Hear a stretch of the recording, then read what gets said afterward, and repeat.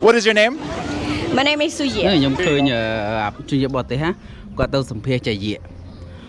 ងាប់ហើយទៅសម្ភាសចរិយាលោកហើយលោកមើលចរិយាមើល bro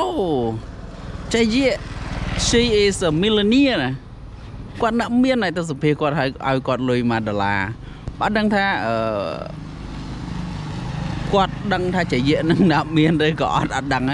ប៉ុន្តែគាត់ទៅសម្ភាសចរិយាងាប់ហើយលោកហើយមកសម្ភាសខ្ញុំមកនេះខ្ញុំនៅអត់លុយអត់អីមកសម្ភាសយកលុយមកអត់ទេទៅសម្ភាសចរិយាគាត់មានលុយច្រើនណាស់ហើយទៅសម្ភាសចរិយាទៀតតសើហ្មងប៉ុន្តែយ៉ាងណាក៏ខ្ញុំមើលវីដេអូហ្នឹងខ្ញុំម្នាក់ឯងដែរខ្ញុំចេះឆ្ងល់ថាចុញ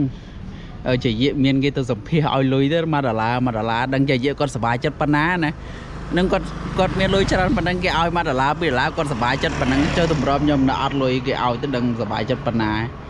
អរគុណច្រើនដែលបានមកសម្ភាសចរិយាហើយអរគុណច្រើនដែលបានមកផ្សព្វផ្សាយនៅក្នុងប្រទេសខ្មែររបស់យើងគាត់មាន YouTube ដែរនេះ YouTube គាត់នៅខាងក្រៅក្នុងខ្ញុំដែរខ្ញុំធ្លាប់មើល YouTube គាត់ដែលគាត់ទៅសម្ភាសបងប្អូនយើងច្រើននៅពេញនៅ Walk Street អីហ្នឹងចូលទៅមើលរបស់គាត់ផងអរគុណ